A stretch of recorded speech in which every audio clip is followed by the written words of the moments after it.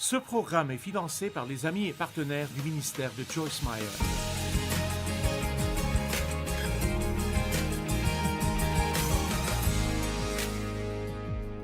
Hier soir, nous avons parlé de comment s'occuper du doute et nous avons parlé de beaucoup de choses fondamentales concernant la confiance en Dieu, en particulier nos défis dans la vie et ne pas passer tout notre temps à essayer de comprendre. Et donc, je voudrais parler maintenant de certaines des raisons pour lesquelles nous souffrons, bien que nous ne puissions pas toujours comprendre. Mais d'abord, je veux dire que vous ne feriez jamais confiance à personne si vous ne croyez pas qu'il soit digne de confiance. Et donc, pour faire confiance à Dieu, nous devons en savoir plus sur le caractère de Dieu. Étudier le caractère de Dieu est une très bonne chose à faire et c'est quelque chose que j'aime vraiment prêcher. Une des choses principales à propos de Dieu est que Dieu est bon. Si vous ne pouvez pas comprendre autre chose, le diable est mauvais et Dieu est bon. Amen. Nous pouvons faire ça. Et Dieu a dit, j'ai mis devant toi la vie et la mort, le bien et le mal. Choisis la vie afin que tu vives toi et ta postérité. Maintenant, Dieu est souverain et il peut faire tout ce qu'il veut quand il le veut. Mais quand il a laissé le libre choix à l'homme, il a ouvert la porte pour que le péché vienne dans le monde à travers les mauvaises décisions. Dieu ne voulait pas d'un groupe de robots qu'il aime et qui lui obéissent parce qu'ils doivent le faire. Il voulait que nous prenions les bonnes décisions. Et donc, nous voulons poser cette question cet après-midi que tant de gens ont, et surtout les gens qui sont peut-être indécis. Ils cherchent une raison de ne pas croire en Dieu. Ils cherchent une raison de ne pas servir Dieu. Mais cela peut aussi entrer dans le cœur et l'esprit des croyants. Et c'est, si Dieu est bon et digne de confiance, alors pourquoi avons-nous tant de souffrances dans le monde aujourd'hui? Pourquoi de mauvaises choses arrivent-elles avec de bonnes personnes pieuses? Est-ce que Dieu cause la souffrance? On me pose ces questions. Eh bien, s'il ne le fait pas, la permet-il? S'il est souverain et il peut faire n'importe quoi, alors pourquoi n'arrête-t-il pas la maltraitance des enfants, la maladie, la faim dans le monde et des choses comme ça? Pourquoi des enfants meurent-ils à cause du cancer? Pourquoi certaines bonnes personnes meurent jeunes alors que des personnes méchantes vivent longtemps? Pourquoi ai-je perdu tout mon argent de retraite? Pourquoi mon enfant est-il mort alors que je priais pour lui? Le pourquoi peut conduire une personne à la folie si elle ne peut pas l'accepter. Et l'une des choses que j'ai essayé d'expliquer très clairement ce matin est que nous devons être en paix, même en ne sachant pas. Et si vous n'étiez pas ici ce matin, et même si vous l'étiez, je veux m'assurer que vous entendez cela. Nous devons être en paix, même en ne comprenant pas, parce que cela fait partie de servir Dieu. Même si nous ne comprenons pas, il comprend. Et si nous avons toutes les réponses, il n'y a aucune raison de faire confiance à Dieu. Vous comprenez cela? Si nous avons toutes les réponses, la seule chose qui fait que Dieu est que nous ne savons pas ce qu'il sait. Si nous en savions autant que lui, nous n'aurions pas besoin de lui, nous aurions tout compris. Donc, vous n'aurez jamais toutes les réponses. Vous aurez toujours des questions sans réponse. Et il se passera des choses dans vos vies et pour d'autres personnes que vous ne pouvez tout simplement pas comprendre. Et vous allez devoir dire, Dieu, je ne connais pas la réponse, mais j'ai confiance en toi. Et je sais que quand j'aurai besoin de cette réponse, tu me la donneras. Donc si j'essaie de répondre à ces questions et à d'autres comme elles, si vous veniez me poser toutes ces questions, voici ce que je vous dirai. Je ne sais pas.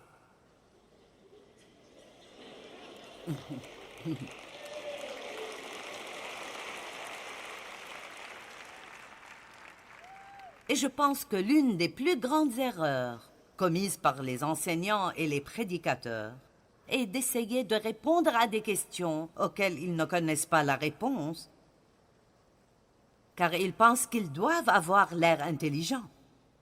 Et pour dire vrai, je n'ai pas la réponse à toutes ces choses. Il y a des réponses que je peux donner, et je vais vous donner quelques raisons cet après-midi pour lesquelles les gens souffrent. S'il y a des choses que nous pouvons faire à ce sujet, alors nous devrions les faire. Nous pouvons apprendre de nos erreurs. Mais je n'ai pas toutes ces réponses. Mais je vais vous dire ce que je sais.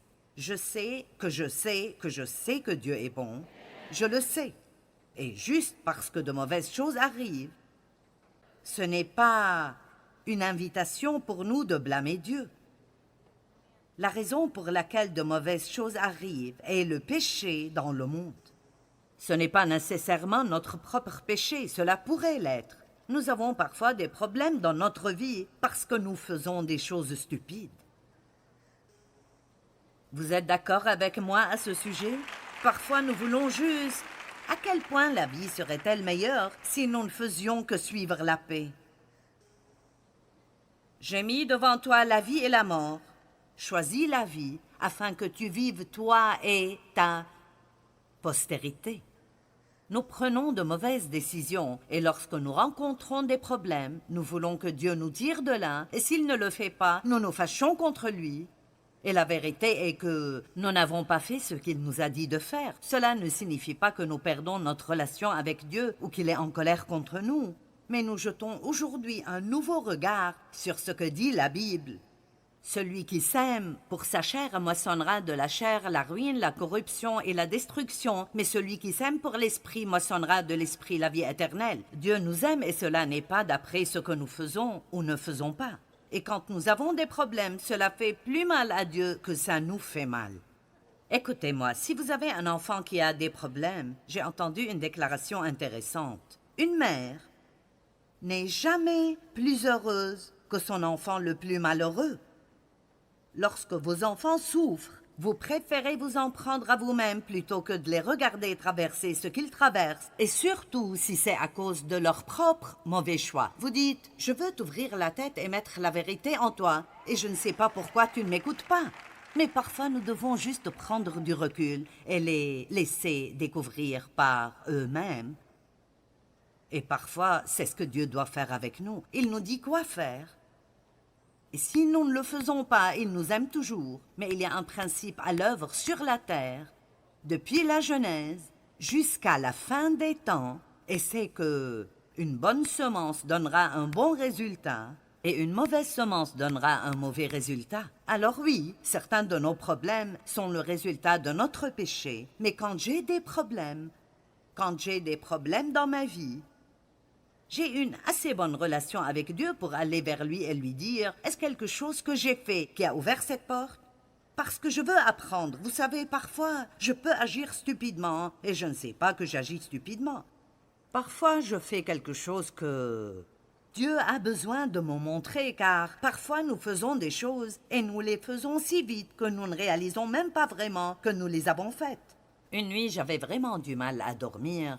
Et j'aurais dû demander à Dieu plus tôt, mais j'ai attendu jusqu'à 5 heures du matin, après avoir tourné et tourné toute la nuit. Mon Dieu, qu'est-ce qui ne va pas? Et juste comme ça, il m'a montré quelqu'un envers qui j'avais été impoli la veille. Et ça s'est passé si vite, et j'ai dépassé cela si vite, je ne m'en souvenais même plus. Et je devais vraiment aller m'excuser auprès de cette personne. Et cela ne serait pas arrivé si Dieu ne m'avait pas révélé ce que j'avais fait. Et ainsi, dans sa bonté, que tout le monde dise bonté, dans sa bonté, il a perturbé mon sommeil jusqu'à ce que je sois assez intelligente pour dire « Qu'est-ce qui se passe ici ?» Et il me l'a montré, pas pour me faire me sentir mal, mais pour que je puisse m'en occuper. Donc, c'est parfois sage de simplement dire « Mon Dieu, est-ce que j'ai ouvert une porte ici? Y a-t-il quelque chose que j'ai fait que tu dois me montrer ?» S'il ne vous montre rien, alors ne faites pas d'expédition de fouilles pour tenter de découvrir le péché qui vous a causé des problèmes dans votre vie. Vous m'entendez? C'est la pire chose au monde à faire. Eh bien, Dieu doit me punir. ou je dois avoir fait quelque chose de mal. Écoutez, Dieu vous fera savoir s'il y a quelque chose que vous devez voir, et s'il ne vous le montre pas, alors vous n'avez pas besoin d'essayer de comprendre. Amen. Et ainsi, parfois, notre propre péché cause nos problèmes. Plusieurs fois, le péché des autres nous cause de la souffrance et du malheur. Ce n'est pas mon péché qui a poussé mon père à me maltraiter sexuellement. C'était son péché. Et j'étais juste là et j'ai été blessée. C'était la passivité de ma mère et son refus de faire son devoir et de faire quoi que ce soit qui a causé ma douleur. Et oui, c'est mauvais, et oui, c'est injuste, mais voici la bonne nouvelle. Une fois qu'une personne commence à faire ses propres choix, les mauvais choix de mon père m'ont fait mal. Et j'aurais aimé que Dieu m'en ait sorti, mais il ne l'a pas fait. Cependant, dès que j'ai commencé à prendre mes propres décisions, chaque bon choix que j'ai fait a commencé à renverser les résultats de chaque mauvais choix qu'il a fait. M'entendez-vous? Donc, au lieu de passer le reste de votre vie à être énervé et amer parce que quelqu'un ne vous a pas bien traité, et passer toute votre vie à essayer de comprendre pourquoi, laissez tout cela avec Dieu et faites-lui confiance pour faire quelque chose d'autre qu'il fait bien, et c'est qu'il fait quelque chose de bien avec n'importe quoi dans notre vie, peu importe à quel point c'est mauvais. Donc, 2 choses que je sais sur Dieu. Dieu est bon. Le diable est mauvais, Dieu est bon. Et peu importe ce qui se passe dans notre vie, si nous faisons confiance à Dieu, il prendra cela et en fera quelque chose de bon pour notre bien. Dieu peut tirer quelque chose de bon de quelque chose de mauvais. Amen. Et ainsi, beaucoup d'entre vous ont été blessés et ont été maltraités, et c'est probable que vous l'êtes encore. Nous sommes dans le monde et il y a beaucoup de gens méchants qui sont égoïstes et égocentriques. Et nous avons aussi fait mal à d'autres personnes et nous ne savons même pas que nous l'avons fait, ou nous l'avons fait un jour où nous nous moquions tout carrément parce que nous passions par quelque chose et nous n'étions pas sensibles à ce que les autres ressentent. Et ainsi, tout ne va pas toujours comme nous le voulons dans notre vie, mais cela ne veut pas dire que Dieu est mauvais. Nous pouvons donc souffrir à cause de notre propre péché ou du péché de quelqu'un d'autre, ou bien souvent ou très souvent, nous souffrons à cause du principe du péché qui existe dans le monde. Je veux dire, nous ne pouvons même pas imaginer la différence qu'il y aura dans l'atmosphère du ciel par rapport à l'atmosphère dans laquelle nous vivons ici. Je ne pense pas que nous comprenions même la pression que nous subissons et l'oppression qui nous entoure. Écoutez-moi, si vous exercez une profession mondaine et vous travaillez avec un grand nombre de personnes non croyantes, et il y a beaucoup de commérages, beaucoup de plaintes, de murmures, de grognements et de médisances, et beaucoup de gens se saoulent la nuit précédente et ils sont au travail et sont en colère et ils ne peuvent pas dormir. Si vous y avez travaillé pendant 5 ans, et vous venez travailler pour moi, l'une des choses que je dis à nos employés, et ils le reconnaissent tous, juste l'atmosphère. Chaque endroit où vous travaillez a une culture. Et ainsi, nous avons créé une culture dans le ministère de Joyce Meyer qui consiste à être positif, à pouvoir se faire confiance et à être des gens heureux. Et si vous causez des conflits, vous ne travaillerez pas pour moi longtemps, car vous ne pouvez pas avoir des conflits et aussi avoir du succès. Amen. Et l'une des choses que fait le pasteur Mike Shepherd, c'est qu'il enseigne en alternance dans les départements nos valeurs fondamentales dans le ministère. Si vous allez faire quelque chose, faites-le bien ou ne le faites pas du tout. Soyez une personne excellente parce que Dieu est excellent. Soyez une personne intègre, tenez parole, faites ce que vous dites que vous allez faire. Utilisez la sagesse avec l'argent de Dieu. L'argent qu'il nous donne, nous ne le gaspillons pas. Nous chassons le conflit de nos vies personnelles et nous le chassons du ministère. Je ne peux pas demander à Dieu de bénir mon ministère si je ne fais pas les choses fondamentales qu'il nous demande de faire. Écoutez-moi, tant de maisons sont pleines de conflits. Je veux dire, vous pouvez changer d'expression quand vous arrivez au parking de l'église. Louez le Seigneur, merci Jésus, gloire à Dieu, nous sommes si heureux. Puis nous nous disputons jusqu'à la maison. Eh bien, vous savez...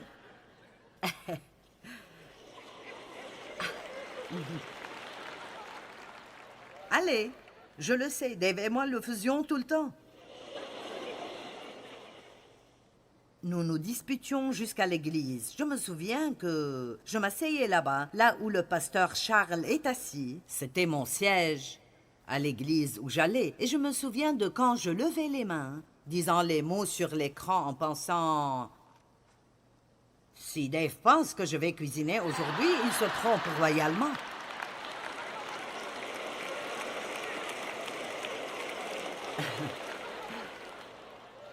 J'apporte le sacrifice de louange dans la maison du Seigneur. Oup, oup, oup. Allez, vous connaissez cette chanson? Maintenant, va dire à quelqu'un que tu l'aimes avec l'amour du Seigneur. Et je pense, si nous rentrons chez nous et il regarde ce match de football stupide une fois de plus, un dimanche de plus, il y aura une dispute à la maison. Donc, c'est juste un tas de religions bidons. Je veux dire, tout ce que nous faisons, c'est d'ouvrir la porte à l'ennemi et des choses comme ça. Et alors, il y a juste notre propre péché, il y a le péché des autres, il y a juste le principe du péché dans le monde. Et donc, nous ne commençons même pas à nous rendre compte. Je veux dire, vraiment, je ne veux pas partir avant mon heure, mais j'ai hâte d'arriver au paradis et de voir à quel point ce serait merveilleux de n'avoir mal nulle part. Amen? Nulle part. Je marche 5000 par jour et c'est l'une des choses qui m'aide à rester forte. Et ma fille est venue m'accompagner il y a 2 semaines un dimanche et quelque chose l'a gênée. Et elle a dit « Comment vas-tu aujourd'hui ?» Parce que j'ai eu les 2 hanches remplacées au cours des 3 dernières années. Vous savez, c'est formidable. Vous pouvez simplement obtenir des pièces de rechange. Je veux dire, mon Dieu, ils peuvent tout remplacer aujourd'hui. Vous pouvez remplacer votre épaule, votre cheville, vos genoux. Mon Dieu! Vous pouvez avoir des greffes de cœur. C'est plutôt cool, vous savez. Cependant, quand notre temps est écoulé, nous ne pouvons rien y faire. Mais de toute façon... Donc, vous savez, j'ai eu des problèmes de dos à différents moments de ma vie. Ça fait juste partie de la vie. Et alors, quelque chose lui faisait mal. Et elle a parlé, elle a dit... Comment vas-tu aujourd'hui? Est-ce que tout va bien? J'ai dit, oh, je ne sais pas, il y a toujours une chose ou une autre. Je n'y fais pas attention. Et donc, nous ne savons même pas à quoi ça ressemblera d'avoir un corps glorifié et de ne rien avoir qui nous fait mal ou nous dérange et de vivre dans une atmosphère d'amour et de confiance complète et totale.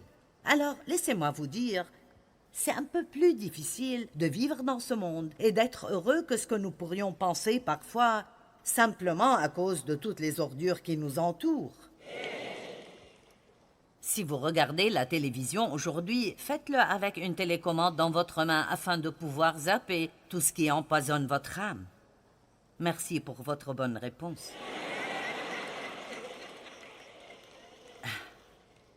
Donc, il y a beaucoup de raisons différentes pour lesquelles des choses nous arrivent. Et nous pouvons demander à Dieu une explication pour certaines choses, mais nous n'obtiendrons jamais la réponse à toutes ces choses. Donc, dites, Dieu est bon.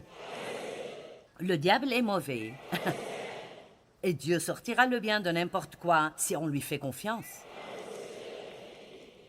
Combien d'entre vous le pensent et l'ont vécu dans leur vie? Mon Dieu, je l'ai vu encore et encore et encore. Bon, parlons des raisons pour lesquelles nous souffrons. Qui aimerait au moins éliminer certaines choses s'il le peut? Amen. 1 Thessaloniciens 5, 18. Rendez grâce à Dieu en toutes choses. Wow! Quelles que soient vos circonstances, soyez pleins de gratitude, car c'est à votre égard la volonté de Dieu en Jésus-Christ, le révélateur et le médiateur de cette volonté.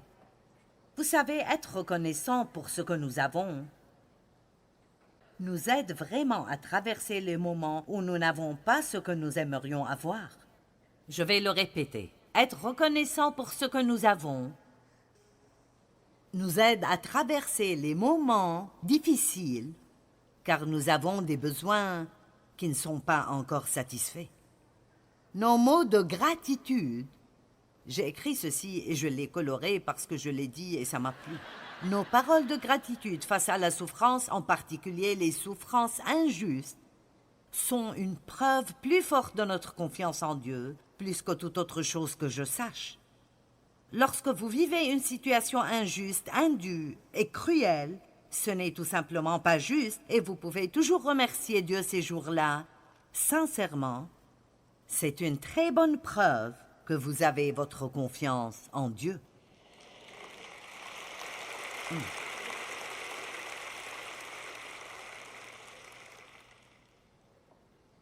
Le psaume 103, 20 dit que les anges écoutent la parole de Dieu. Ils n'écoutent pas nos plaintes.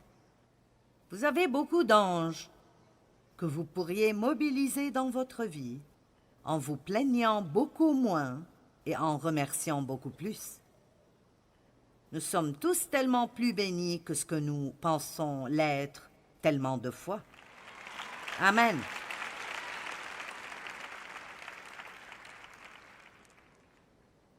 Ce n'était jamais l'intention de Dieu que les gens souffrent.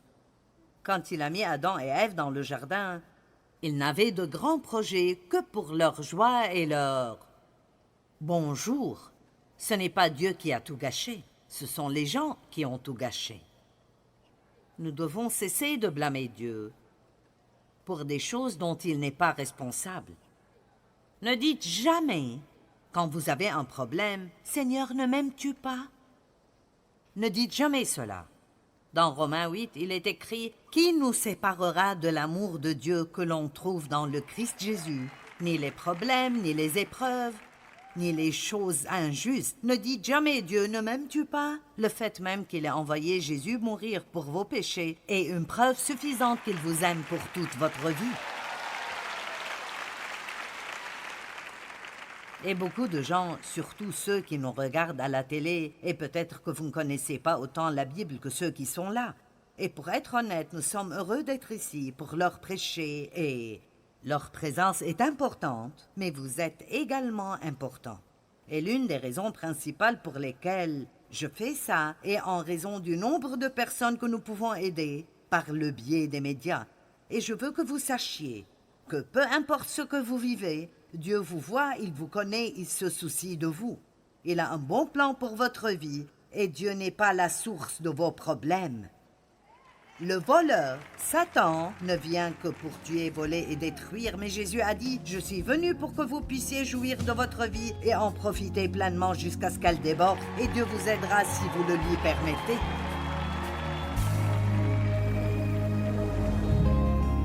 Vous savez, parfois nous paniquons quand nous voyons une tempête qui ne faisait pas partie des prévisions. Mais il n'y a pas de panique au paradis. Dieu a un plan parfait pour nous, peu importe l'ampleur des problèmes. Et ce que nous devons faire, c'est lui faire confiance dans nos vies et prier audacieusement. Dieu, je ne connais pas les réponses, mais je te fais confiance et je suis convaincu que quand j'ai besoin de la réponse, tu me la donneras au moment convenable.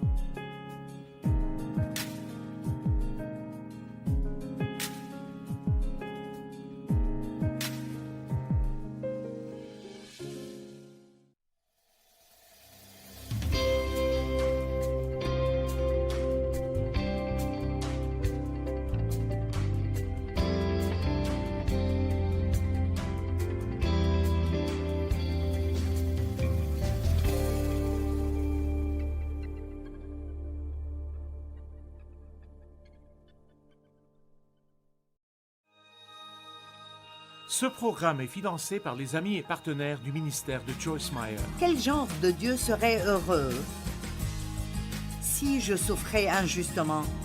Cela ne dit pas qu'il est heureux quand nous souffrons injustement, mais qu'il est heureux si nous gardons une bonne attitude lorsque nous souffrons injustement.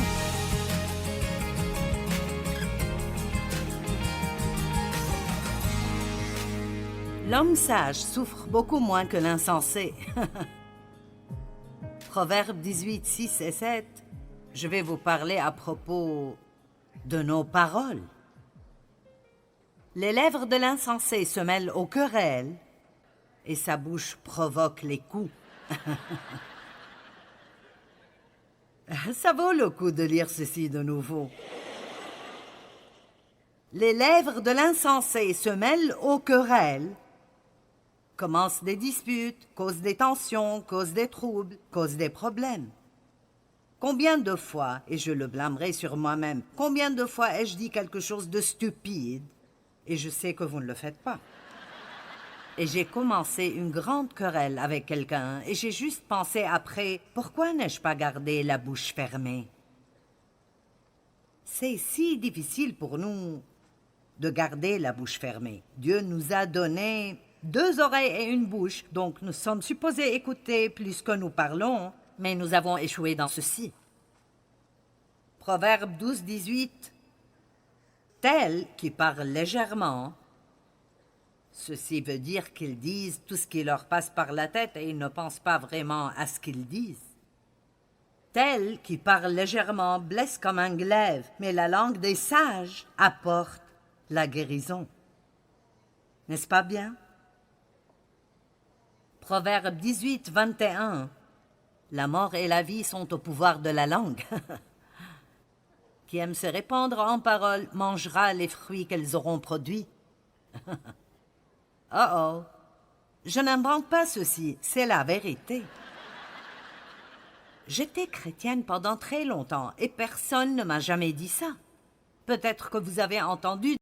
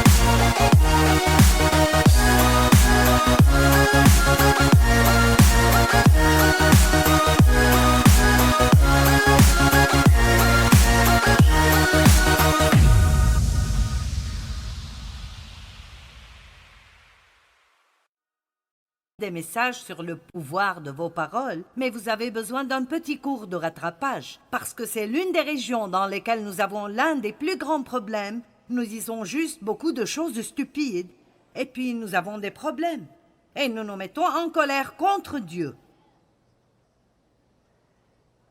Nous devons faire spécialement attention à comment nous parlons quand nous sommes sous pression, comment nous parlons quand les choses ne vont pas comme nous voulons qu'elles aillent. Dans Jean 14:30, j'aime ceci. Quelle bonne leçon c'est. C'était proche du temps où Jésus allait commencer à aller vers sa souffrance à Gethsémani, et il essayait de dire à ses disciples certaines des choses qui étaient sur le point d'arriver. Et dans Jean 14:30, il a dit « Je ne parlerai plus guère avec vous, car le prince du monde vient, il n'a pas pris sur moi. » Nous comprenons de cela que Jésus dit « Écoutez bien, ce qui arrive maintenant est vraiment important. Les décisions que je prends maintenant, beaucoup de choses sont basées sur ces décisions. Et donc, même Jésus, dans son humanité, a décidé qu'il allait rester silencieux pendant son temps de souffrance parce qu'il ne voulait pas ouvrir une porte à l'ennemi qui lui donnerait accès à quoi que ce soit de ce qui arrive. Qui d'entre vous pense, quand il passe par des problèmes, que ce serait mieux de juste aller s'enfermer dans une chambre où il ne dira rien à personne?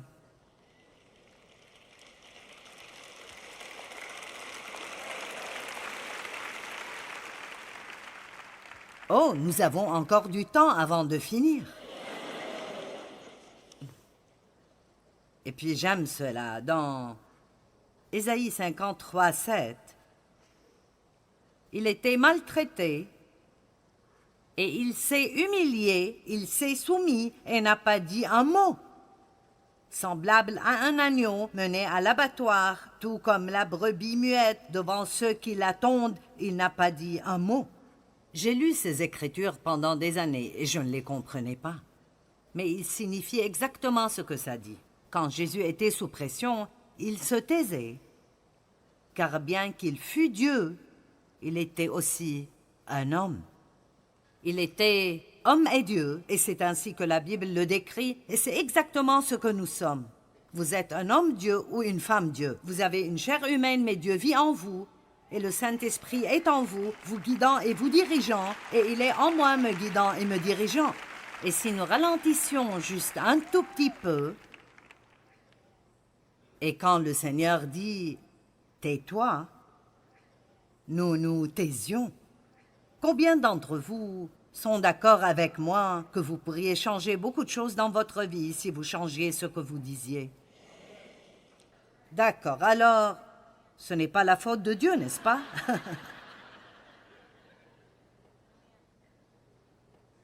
Un homme sage a de meilleures choses à faire dans ces circonstances qu'un homme stupide. Une autre chose que nous ne devrions pas faire et que nous faisons, et j'essaye d'être vraiment pratique ici. Matthieu 7, 1 et 2, ne condamnez pas les autres pour ne pas être vous-même condamnés.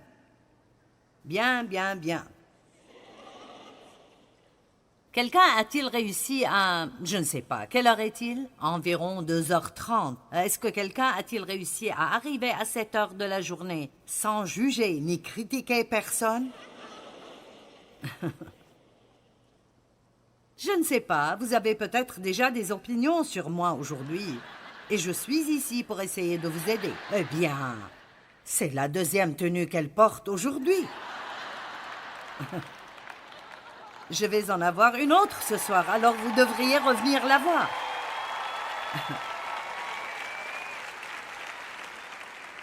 Et vous savez quoi, je n'essaye pas de vous impressionner avec mes nombreuses tenues, mais si je portais la même chose toute la journée, j'aurais la même tenue à la télé pendant 6 jours consécutifs. Alors je dois faire des emplettes pour la télé. Quel fardeau je porte!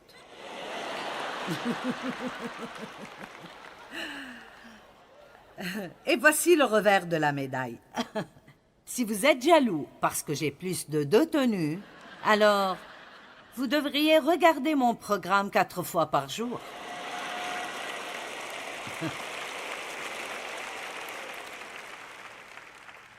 Nous avons tellement d'opinions sur ce que font les autres et nous sommes tellement pris au piège par ce que nous pensons que les autres devraient faire lorsque notre vie est bien plus désastreuse que la leur. Et si vous n'en avez pas besoin, je prêcherai à moi-même, car je suis...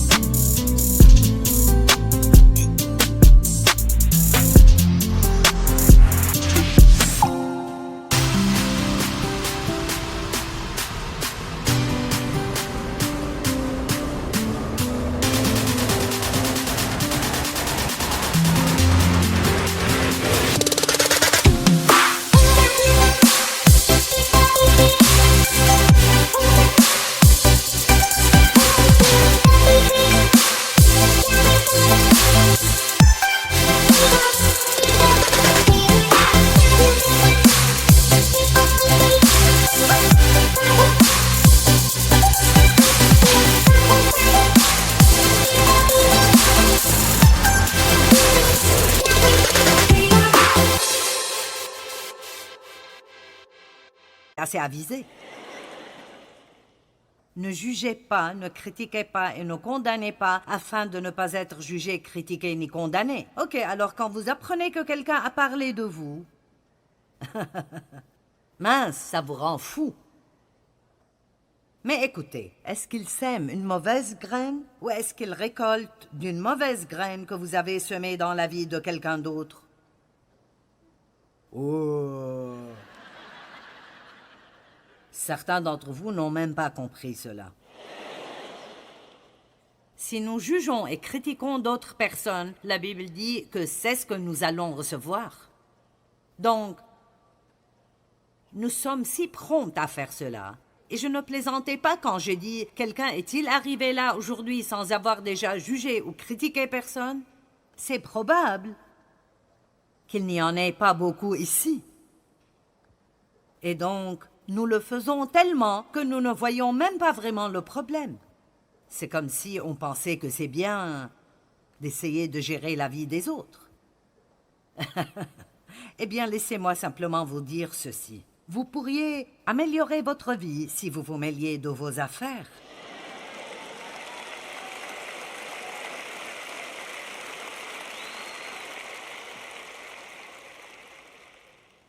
On se mêle tellement des affaires des autres. Nous avons tellement d'opinions sur ce que les autres devraient ou ne devraient pas faire. Vous éviterez beaucoup de peine si vous vous occupiez de vos affaires.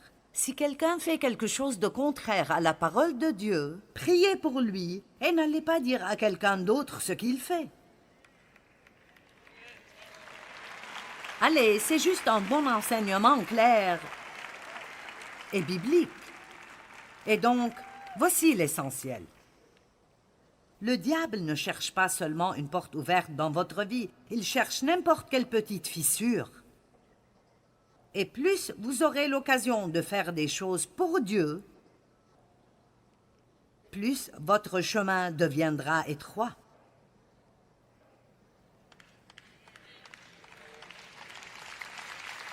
Écoutez-moi, il y a peut-être des choses que vous pourriez faire qui n'auraient pas les mêmes répercussions que si je les faisais à cause de ce que je fais et de ce que j'enseigne. La Bible dit « Ne soyez pas nombreux à enseigner, car nous qui enseignons serons jugés plus sévèrement si nous ne pratiquons pas ce que nous enseignons. » Quand je me tiens ici et je dis aux autres comment ils doivent mener leur vie, mon chemin devient de plus en plus étroit.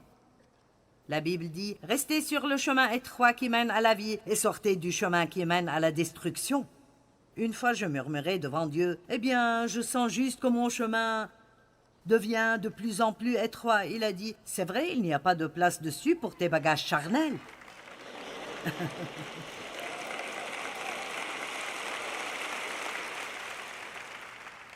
Nous voulons avoir tous les privilèges et continuer à faire des choses idiotes, et ça ne marchera pas.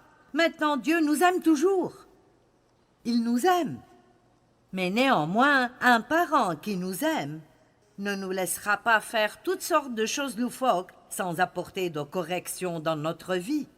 Celui que le Seigneur aime, il le châtie. Et dans l'Apocalypse, il est écrit « Réjouis-toi quand Dieu te montre tes fautes ». Dans l'Apocalypse 3, dans la Bible amplifiée, « Réjouis-toi et change lorsque Dieu te montre tes fautes, car c'est un signe de son amour. » Parfois, je pensais, « Pourrais-tu m'aimer un peu moins? Aime Dave un peu plus. » N'aimeriez-vous pas que Dieu aime votre époux un peu plus qu'il vous aime et qu'il lui dise ce qui ne va pas en lui au lieu que ce soit toujours vous? Allez, je dois m'amuser un peu pour que je puisse continuer.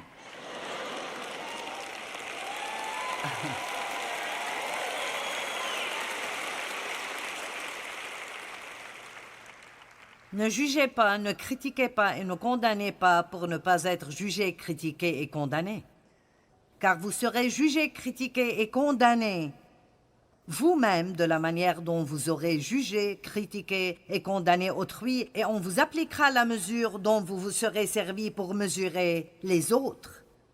Galates 6:7, ne vous faites pas d'illusions. On ne se moque pas de Dieu. Ce qu'un homme aura semé, il le moissonnera aussi. Celui qui sème pour sa chair moissonnera de la chair la corruption, mais celui qui sème pour l'esprit moissonnera de l'esprit la vie éternelle. Je vais vous donner un exemple concernant les paroles de votre bouche. Lorsque nous parlons comme nous sommes supposés le faire, en prenant garde de ne pas critiquer les autres et en faisant plus attention à ne pas dire des choses négatives, cela ajoute à notre joie. Nous aurons des jours plus heureux. La Bible dit « Savoir donner la bonne réponse est une source. »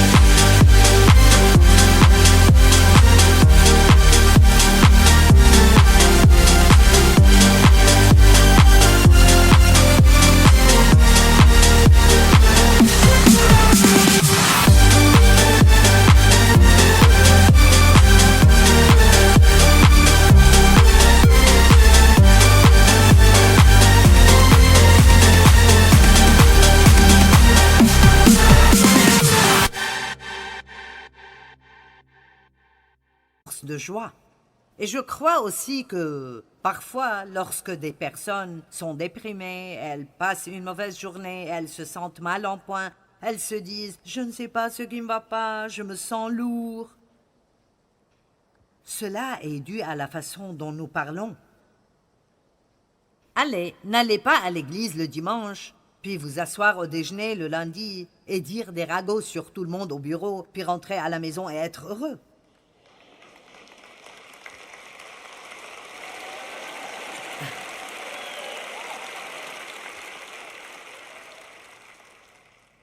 Nous sommes dans le monde, nous n'en sommes pas. N'agissez pas comme tout le monde. Amen. Wouhou, nous nous amusons. Bon, maintenant, une personne peut tout faire comme il faut et toujours souffrir. 1 Pierre 2, 19 et 20 sont des écritures que je souhaiterais vraiment qu'elles ne soient pas là. Mais elles le sont. En effet, c'est un privilège que de supporter des souffrances imméritées par motif de conscience envers Dieu. Quelle gloire y a-t-il, en effet, à endurer un châtiment pour avoir commis une faute? Mais si vous endurez la souffrance tout en ayant fait le bien, c'est donc immérité, c'est là un privilège devant Dieu. Et j'ai écrit à côté de ces versets très douloureux. Quel genre de Dieu serait heureux si je souffrais injustement? Cela ne dit pas qu'il est heureux quand nous souffrons injustement, mais qu'il est heureux si nous gardons une bonne attitude lorsque nous souffrons injustement. Allons, ne le comprenons pas mal. Il dit, écoutez, n'importe qui peut avoir une bonne attitude si les choses vont bien.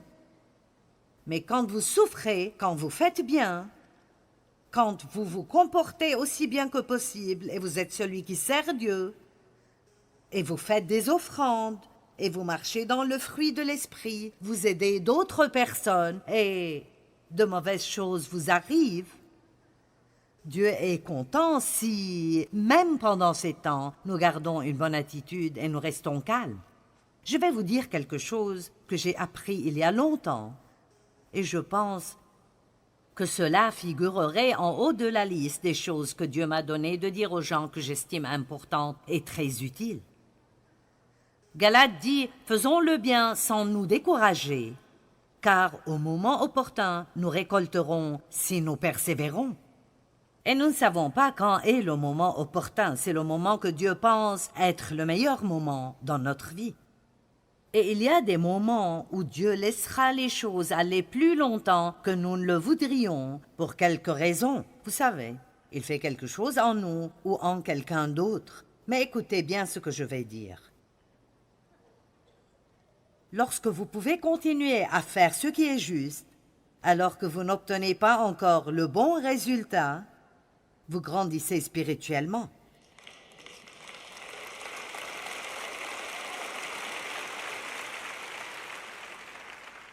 Et le fait est que lorsque vous grandissez spirituellement, cela fait vraiment mal.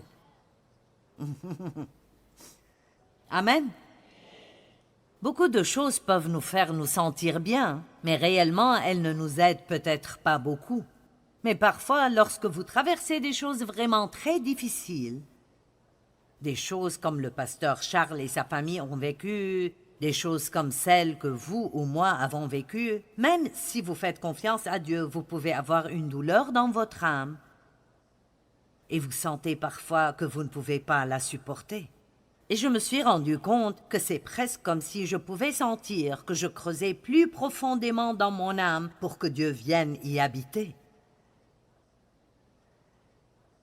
Vous n'êtes jamais seul dans votre souffrance, et quand vous faites confiance à Dieu dans vos souffrances, ils ne seront jamais gaspillés. Parce que Dieu les prendra, et il en fera quelque chose de bien, et il fera de vous une meilleure personne que ce que vous auriez pu imaginer pouvoir être. Amen. Combien d'entre vous pourraient dire que vous êtes la personne que vous êtes à cause de certaines des choses douloureuses que vous avez vécues. Je dois absolument dire que les choses que j'ai vécues font partie de ce qui m'a qualifié pour vous aider. Tout ce que nous devons faire, c'est regarder Jésus. Il dit que les choses qu'il a traversées, c'est dans Hébreux 5, 8 et 9. Il a appris l'obéissance à travers les choses qu'il a souffertes. Comment apprendre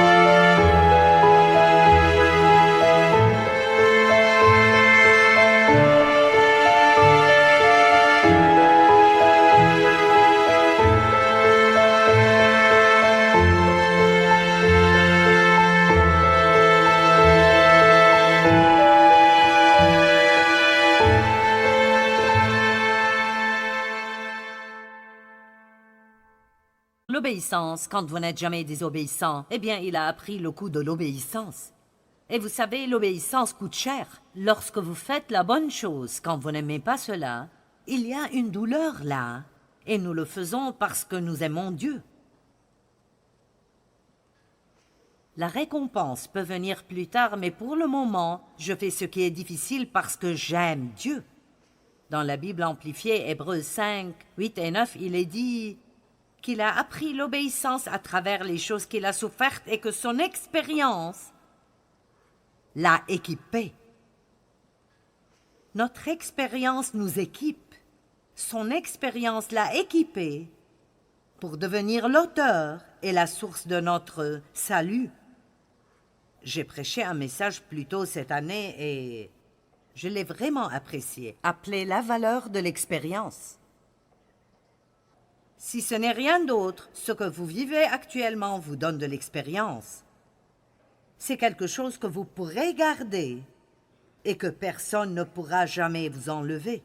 Et une chose est sûre, quand vous traversez quelque chose de dur et vous voyez Dieu vous délivrer, et vous le voyez apporter cette récompense dans votre vie, toute la douleur que vous avez traversée et toute l'attente que vous avez subie en vaut la peine quand la récompense de Dieu entre dans votre vie. Amen. Les gens qui vous font du mal devront un jour regarder Dieu vous récompenser.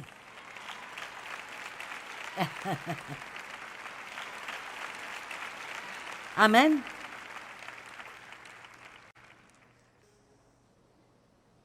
Pierre 4, 15 et 16, qu'aucun de vous n'ait à endurer une punition parce qu'il aurait tué, volé ou commis un méfait, ou encore parce qu'il se serait mêlé des affaires d'autrui.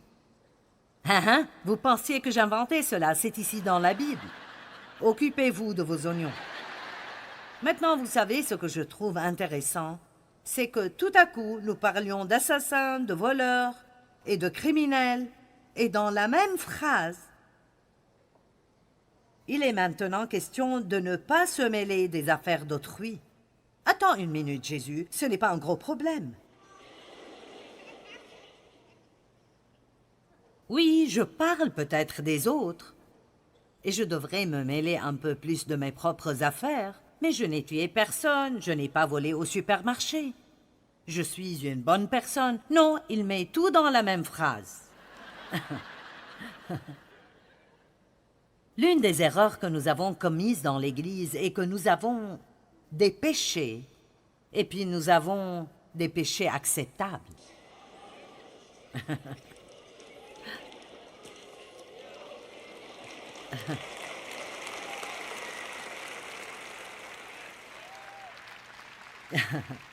Nous avons toute une liste de choses auxquelles nous sommes tellement habitués que nous ne reconnaissons même plus ce qu'elles sont. Et c'est pourquoi nous devons prier, et ça prend du courage pour le faire. Mon Dieu, je ne veux pas m'en tirer comme ça. Allez, combien de courage avez-vous? Combien voulez-vous grandir? Mon Dieu, je ne veux pas m'en tirer comme ça. Je veux être exactement ce que tu veux que je sois. Et si je fais des choses que je ne vois pas dans ma vie, ouvre mes yeux aveugles et ouvre mes oreilles sourdes. Et comment cela vous convient-il? Et traite avec moi comme tu le souhaites. Je vais prêcher le reste de cela le dos tourné.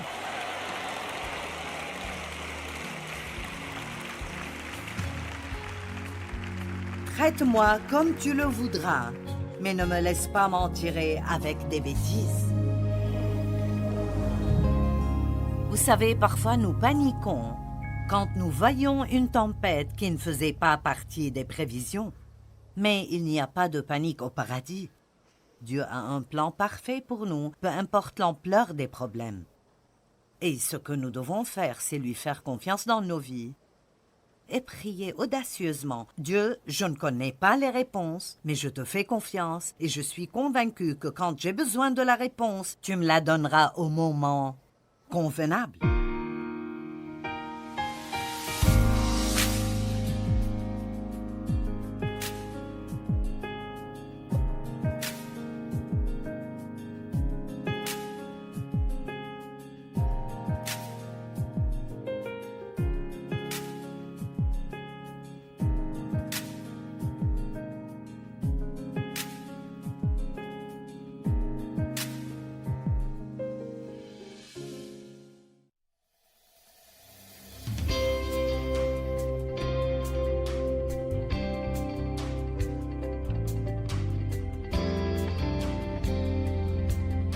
Step 1, wake up early, gonna rise with the sun. Step 2, get some good, some food in you. Step 3, think real hard about what you wanna be. Step 4, everybody just do your thing. Wake up, today's gonna be a good day. Wake up, today's gonna be a good day. Wake up, today's gonna be a good day. Wake up, today's gonna be a good day. Wake up, today's gonna be a good day. Wake up, today's gonna be a good day. Wake up, today's gonna be a good day. Wake up, today's gonna be a good day. Yo, set your affirmations, aspirations. I got shit to do, the aftermath of preparation. Good food, good mood, blood in circulation. One step at a time, yeah, that's how you make it. Set a goal you control and the steps you take them. I try to pick one thought, have some concentration. And if I make a mistake, it's called education. I try to do this every day, call it replication. Wake up, today's gonna be a good day. Wake up, today's gonna be a good day. Wake up, today's gonna be a good day. Wake up, today's gonna be a good day. Wake up, today's gonna be a good day. Wake up, today's gonna be a good day. Wake up, today's gonna be a good day. Wake up, today's gonna be a good day. So life ain't easy, yo, I think there's a reason though. Ups and downs, just like every different season, yo. Sometimes I'm high, other times I'm barely breathing, though. You always gotta fight and hide from the demons, yo. Negative thoughts are poison, they rot. Head full of flies, so here come the clouds. They'll never stop unless I can swap all the bad for the good in my head when I'm lost. Yeah, so I'ma fake it till I make it. Positive thoughts are overtaken, I got patience. One day at a time is how you operate a cadence. A flow, you grow, you show yourself a foundation. Stay away from all the shit that causes temptation. I know that I like to do it cause it's sensation. I live my life in my head like a narration. Don't expect greatness, do my best, man, I'll take it. Wake up, today's gonna be a good day. Wake up, today's gonna be a good day. Wake up, today's gonna be a good day. Wake up, today's gonna be a good day. Wake up, today's gonna be a good day. Wake up, today's gonna be a good day. Wake up, today's gonna be a good day. Wake up.